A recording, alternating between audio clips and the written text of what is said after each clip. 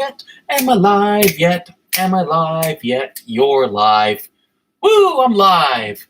Yay. Wow, that was so much fun for the 0 people watching right now. I'm actually kind of looking off to the side because that's currently the part of where my window is of where I'm talking. But yes, I'm currently, WrestleMania predictions here. Was not expecting to do this, but I'm bored. So, WrestleMania predictions. Why not? I'm bored. So, I found this thing on CBSSports.com because I didn't even know what the heck the actual list of matches was. But yeah, let's go through this and I'll just see what happens. Now, this claims to be broken down in night 1, night 2, and then speculative matches. So maybe they'll be on there. Maybe they'll be on a pre-show. I don't really know how you can have a pre-show when you're a 2-night show. You think like within 2 nights you'd actually be able to fit everything. But then again, so here's what it is. I'm just going to go through the list the way it's written. It's probably not, going up ascending order of, hierarchy, because literally the first thing says night 1, April 10th, Bobby Lashley versus Drew McIntyre. And there's no way in hell that's opening the show. There's no way in hell that's opening night 1. So I'm going to assume this is in reverse ascending order, if it is in any sort of order at all. So here we go. And I see immediately Eric Storm says, hello, spoiler, Santino sneaks into the main event of night 2, making it a fatal 4-way. You're always with Santino Marella with this, but okay. So, Bobby Lashley versus Drew McIntyre, prediction time. This is probably the one that is probably the hardest to judge. My gut says WWE purposely took the title off of McIntyre just so he could win it back at Mania, because they wanted to crown him. He was the guy that beat Brock Lesnar. They want to crown him as the guy that is their big babyface champ, to rival their big heel champ in Roman Reigns. They wanted to make that the setting, that the story. And they want to have him get cheered and all that sort of fun stuff at Mania. But my heart says Bobby Lashley. Like, come on, you got something, roll with it. Like, I would be like, come on, please, Bobby Lashley. Please, Bobby Lashley. Yes, that would mean you would, spoilers, have 2 heel champs as the main thing on both shows, but, so this one honestly is a 50-50 coin flip between what I think they're going to do and what I want them to do. I would prefer running with Bobby Lashley and have Drew get the title back at, like, SummerSlam instead or something.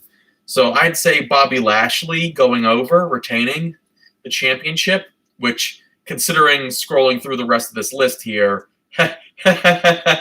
oh boy, I'm going to be having a lot of title changes just looking at this. Because the next one on this is SmackDown's Women's Championship, Sasha Banks versus Bianca Belair. Bianca Belair, you got to give it to her.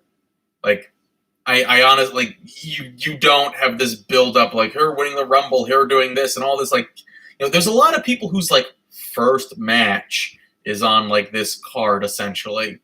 Or I guess I should say their first big match in WWE logic. And I just can't imagine you give someone their first big match and then go and say, congratulations, here's your first big match, you lose. Now, they did that to AJ Styles against Jericho, but, whatever. But I can just imagine, like, Sasha doesn't need to keep the belt. I'm imagining they're going to just give it to Bianca. In all honesty, I would prefer the women's divisions get merged into one, because even though WWE has, like, the largest women's division imaginable, they don't have enough women to have 2 rosters of women. They don't. Like, it's the same 4 people in the title picture every single time because of that, like, or at least the same 4 matches over and over again. But yeah, so I'm just seeing Bianca Belair go in, and hopefully, this match is, my one issue with WWE, and it's a pretty big issue, is that nothing ever feels real for the most part. And it really is exemplified in Bianca Belair, And let me explain this. I hate you, I'm gonna kill you, I'm gonna kill you. Oh wait, here's my entrance, let me do my little hair twirl in a circle. Why? You hate this person, you want to kill them, why are you doing your pose to the crowd? It's like, I'm gonna kill you, I'm gonna get these brass knucks on, you're gonna bleed all over the place, and posing. It doesn't make any sense, it's just ridiculous. It just is immediate, like, and I know every single person does that, Drew McIntyre does the sword thing, so on and so forth does the sword thing, but it's just really, really apparent in Bianca Belair because her poses involve skipping. And that's just one of those things. So it's like, so I hope that if this is like, this is this personal grudge feud, we're not going to be seeing the typical WWE of like, oh, let me do my little pose that I always do in every single match. And it's just that thing that annoys me. But yeah. So yeah, that would be first title change going to Bianca Belair. Then we have Bad Bunny versus The Miz on this list. Bad Bunny's winning. The Miz. I know The Miz is like a former 2-time champ and all that sort of stuff, but no, you don't put a celebrity in WrestleMania without the celebrity going over. So Bad Bunny's winning, probably due to some sort of interference between Morrison, and then in comes. I keep wanting to say Lance Archer because he does the Archer pose, but that's not his name. The big guy they've been associating with Bad Bunny. He's going to be the one that winds up doing stuff. And I'll come up with his name in a moment when I think about it, but that's okay. Bad Bunny's going over. This will be a 5-minute match, probably in the death spot right before a main event, most likely. Cesaro versus Seth Rollins. Cesaro's winning.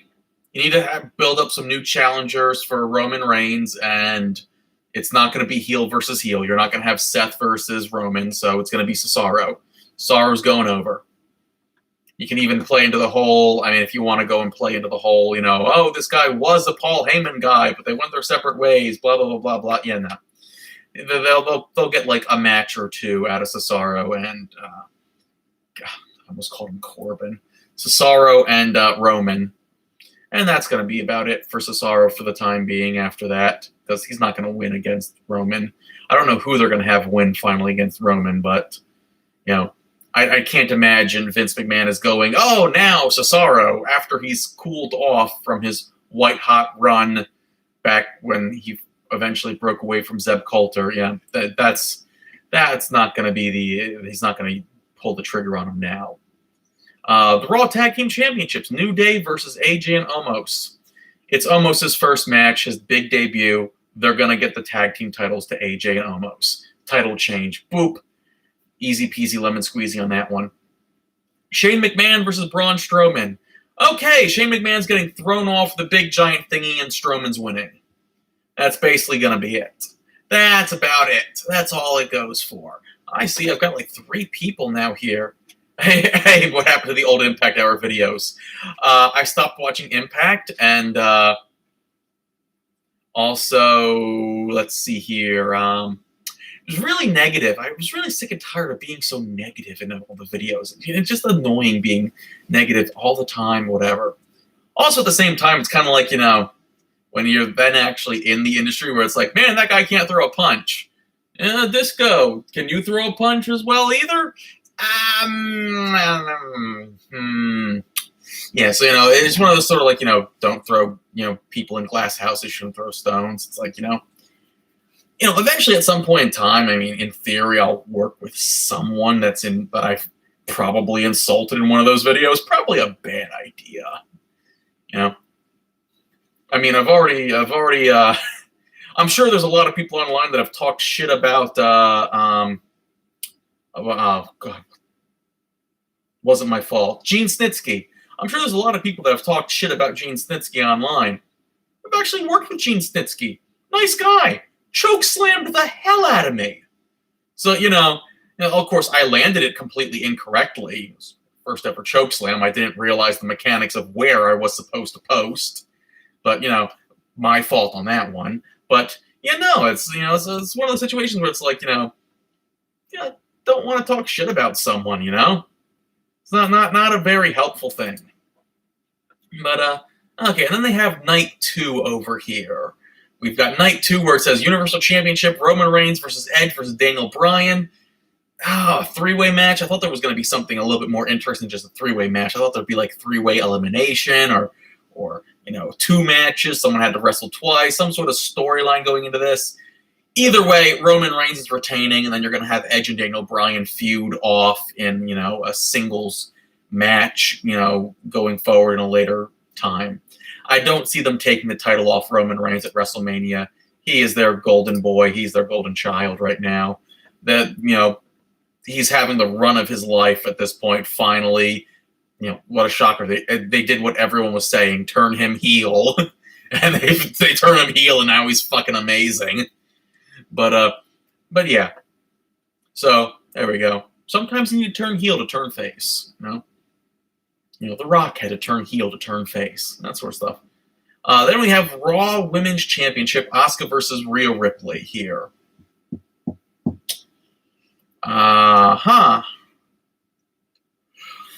Okay, I know this was originally Asuka versus Charlotte, and I'm assuming it would be the situation where Asuka finally gets her win back or something, but then again, it's the Raw Women's Division, and, right now, half of the Raw Women's Division is absent because 2 of the 4 women got injured and or pregnant.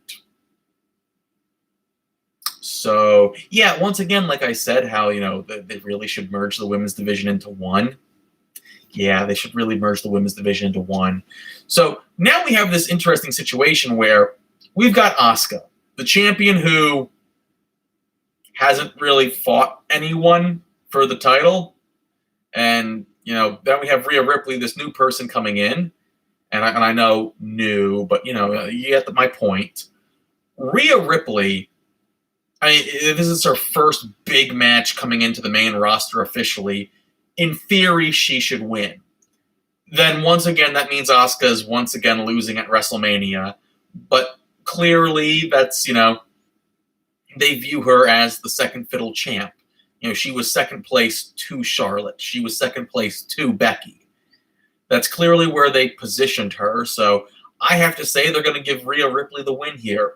You're not going to have someone debut on WrestleMania, especially considering Rhea Ripley lost her previous WrestleMania match against Charlotte. They're going to have her win or something or other, and then somehow, either way, whoever wins, they're going to eventually be facing Charlotte at the next pay-per-view. So, but I'm going to guess Rhea Ripley. We got The Fiend versus Randy Orton. The Fiend is winning. The Fiend is definitely winning. You don't debut a new mask for The Fiend and then go and say, oh, now The Fiend loses. He's just come back from being set on fire. Okay, this is the payoff. Fiend wins and then moves on to whoever the next person is. Intercontinental Championship, Big E versus Apollo Crews. This one is throwing a wrench to my plans here because you don't debut a guy, I guess re-debut him, give him a new gimmick, and then have him lose like 10 matches in a row against the same guy. At some point in time, you'd think he'd win the Intercontinental Championship, but at the same time, it's like, if you lose 10 matches in a row against someone, and then on the 11th you win, did it really mean anything? I'm thinking they really honestly have nothing for Apollo. I'm thinking Big E's going over. They're not going to pull the trigger. They're not going to switch the title. There'd be no point. And I imagine that the ending of that last match that they had at the Fastlane pay-per-view, I believe it was called. Yeah, Fastlane. I'm going to say Apollo's going to wind up getting the blame for it because, you're not the champ, you're not this, you're not that, you're the easy scapegoat. So, basically, they found the excuse to put Apollo Crews' reimagining on hold or whatever. So, either way, I'm just saying Big E's going over here. Kevin Owens versus Sami Zayn. Dear God, why is this match happening? Kevin Owens is going over because Sami Zayn is the Weasley little heel. He doesn't need a win. In fact, the more he loses, the more his gimmick of being screwed over helps him. So Kevin Owens gets a win. This is probably going to be an opener match, most likely, just to pop the crowd that's there. Then we have these WrestleMania 37 predictions that they said, because that was all night 1, night 2. Now we've got the predictions. So I guess these matches will be on the card, but where, which night, or if they're on pre-show, whatever, have yet to be determined.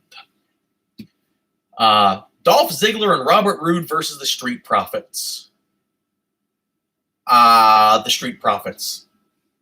They're an overact, and I can't imagine. Honestly, Dolph Ziggler and Robert Roode, it's been obvious that WWE they're just holding the titles currently just for whoever they really want to put the titles on. They've been set firmly at a level of where WWE expects them to be, and they're not gonna give Robert Roode the world title or anything, even though both people are very talented. United States Championship, Riddle versus Sheamus. I feel like you need to give this to Sheamus. He just came off of a big loss against, the World Heavyweight Champion. He needs some rehabbing. You give the title to Sheamus. I know, 80% of the titles are changing, except for, Big E and Roman Reigns. But that's what I'm guessing. I'm guessing that that United States Championship goes to Sheamus. And now we've got the two that there's no way to feasibly predict. The Andre the Giant Memorial Battle Royal and the Women's Battle Royal, which, I don't know, you couldn't just...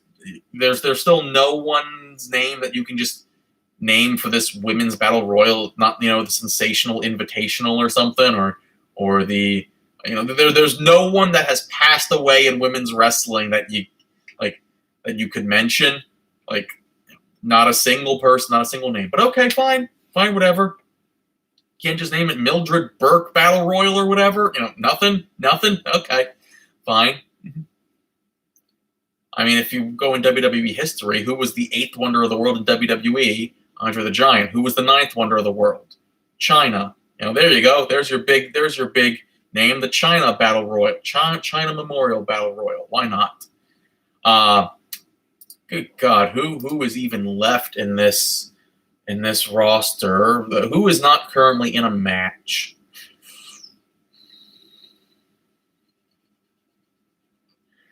Well, they're not. I guess Shayna Baszler wins the Women's Battle Royal because it doesn't seem like she's doing anything else. And Andre the Giant Battle Memorial. Who is currently not in a match and could probably be doing something?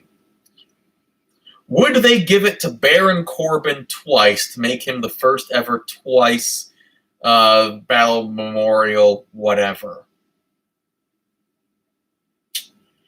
Because I don't see them giving it to Nakamura.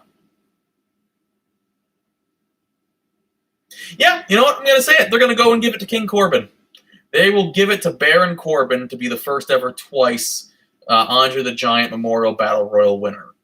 Just for whatever reason, they always want to, somehow give him a push and then never actually push him. He wins King of the Ring and then loses everything. He, retires Kurt Angle and then never does anything. They keep he wins Money in the Bank and then doesn't do anything with it. They keep giving Corbin stuff and then he doesn't do anything with it. So there's just this weird sort of era of aura. What word am I looking for? You would think me, a human thesaurus, would be able to figure that out. My favorite word is lugubrious, and how many people know the word lugubrious? Means dark and gloomy, by the way. Well, whatever word I'm looking for. Yeah, I'm thinking they're going to go with Baron Corbin and then continue to do nothing with Baron Corbin, because that's what they always do with Baron Corbin.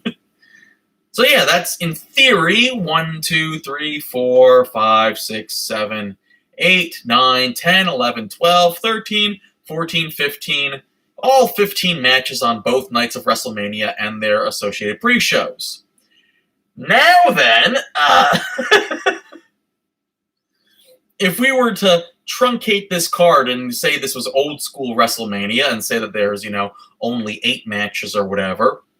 Let's do that through. Let's see here. So, Bobby Lashley versus McIntyre. Guess you have to have Sasha and Belair.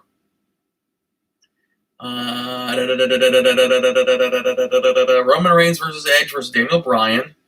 That one's happening. The Fiend versus Randy Orton. Okay. Let's see here. Okay, so that's 4 out of 8. What other matches would we say are the must-haves, or at least the things that would be expected on Mania? Probably Bad Bunny versus Miz. That would be expected. Okay, you're debuting a new person, so AJ and Omos versus New Day. Probably keeping Cesaro and Seth Rollins.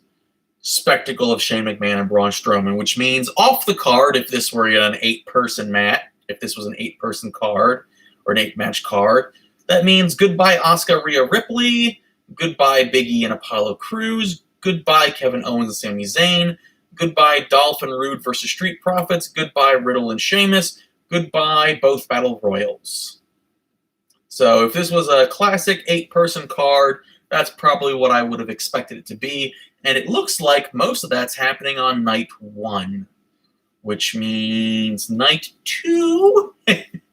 Oh, I'm sorry, night 2, that I did that to you. But yeah, that's generally all my thoughts and stuff. Eric. Okay, apparently Eric thinks that the bodyguard of AJ Styles will get injured and be replaced by Santino, and that Santino and Satina will win both Battle Royals. Eric, you have a one joke. your one joke is Santino Marella. I'm going to assume he is your favorite wrestler, and Santina is your favorite. I guess it was the Divas era then. Your favorite diva. But yeah, that's just a hunch. Just a hunch. So yeah, it's not a joke, it's life.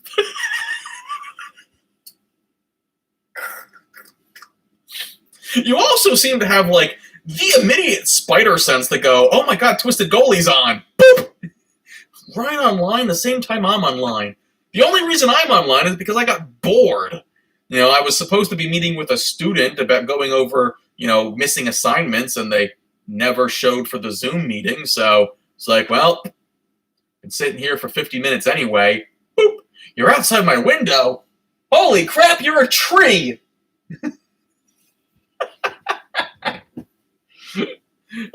But yeah. Or, oh no, what was the game where there was a ghost, but you weren't a ghost, you were actually a cat? If Trico was out here, or Scout, or any of the other neighbors' cats or anything, that would have been a hilarious joke. I could have just, said, you were the cat. But yeah. So yeah, that's it. We'll see how close I am, if I'm getting this right or whatnot. All in honesty, as far as like the actual card, a lot of the card makes sense. Nothing seems, out of the ordinary. Nothing seems put together too much. I mean, there's, we can argue if, do we really want to see Miz versus Bad Bunny? But, it's been built up. Not much, like the last couple WrestleManias, it was like, why are these guys having a match? Why are these people having a match? Who are these people? I'm not getting it from this. This actually, Bobby Lashley versus McIntyre, Sasha versus Belair, Bunny versus Miz, Cesaro versus Rollins, New Day versus AJ and Omos, Shane versus Braun, Roman versus Edge versus Daniel Bryan. Okay, Asuka versus Ripley is obviously a last-minute switch here. But, Fiend versus Bray Wyatt, outside of, like, the things that are, like, potentially pre-show matches, everything seems to be booked up. Like, everything seems to be like, yeah, it makes sense. Like, they've got, like, 7 or 8 matches here that seem like, yeah, there's a reason why this is happening. So, all honesty, I'm expecting, one of the better Manias coming up. So, that'll be nice, interesting. And I've actually I've sent a message to Steve. I don't know if Steve has actually gotten back to me yet. trying to get a little thing together with me, Steve, Ref Clayton, maybe a few others. Hopefully do a live thing of watching both Nights of Mania live and, us in like a Zoom chat or something. So, get to talk to more people and whatnot. But yeah, hopefully. Your favorite wrestler is actually Virgil. Okay, well, he's a Golden Gloves boxer, so, oddly enough, Golden Glove boxer. There's been a lot of Golden Glove boxers in WWE. And they never seem to know what to do with any of them. They didn't do anything with Mark Marrow. They barely did anything with Virgil after he turned babyface. They sure as hell ain't doing anything with King Corbin. But, even though they try, it just never works. They never capitalize on it. He never, wins anything after, retiring Kurt Angle or something. But yeah, he just has moments. But yeah. So yeah. See how it goes. Now, the one thing I've noticed is, the tag team titles never have any sort of feuds. They never do. There's never a feud for the tag team titles. It's just tag team matches, and these guys currently have the titles, and those guys currently have the titles. Whenever there's a feud in a tag team, it's because the members of the tag team are feuding. That's the storyline. There's never, an issue between two tag teams. I don't know why that is. Maybe it's because there's 4 people and you have to have 4 different personalities bouncing off each other, and it's just harder to understand or harder to format. I don't know why. There used to be storylines in tag team wrestling, and there just aren't anymore. But yeah. That's 26 minutes. Someone just says no with a face and a hand. Missus. Why are we saying no with a crying emoji and a hand?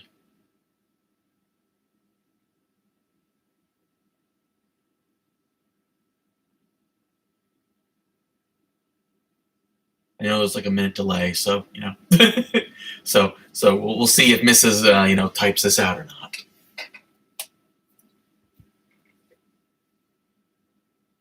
Do. 'Cause of Virgil, mate. No.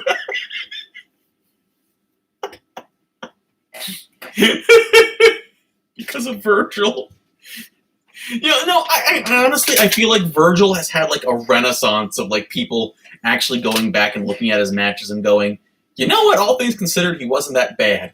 And I honestly want to say it's because of OSW Review. OSW Review has found a way to get, the bad wrestlers over.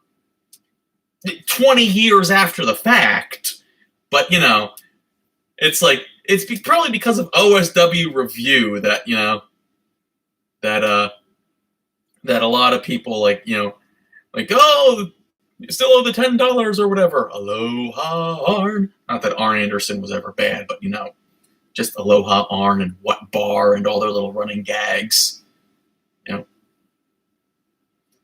See, how many people now?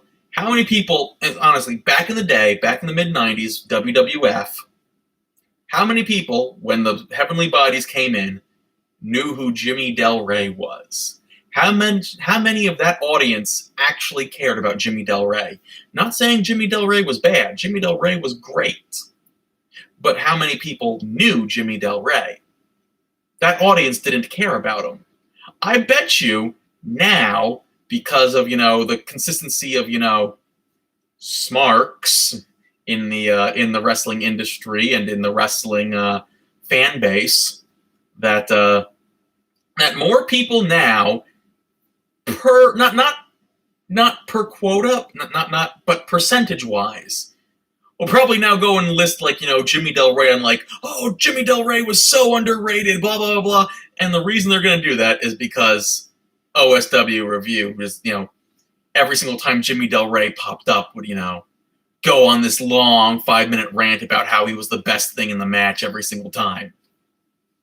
I bet you percentage-wise, there's going to be more people watching WrestleMania going, ooh, man, I would have loved to see, they'd probably now wax poetically and philosophically and, harken back, to, the good old days of Jimmy Del Rey, even though they never thought that in their childhood.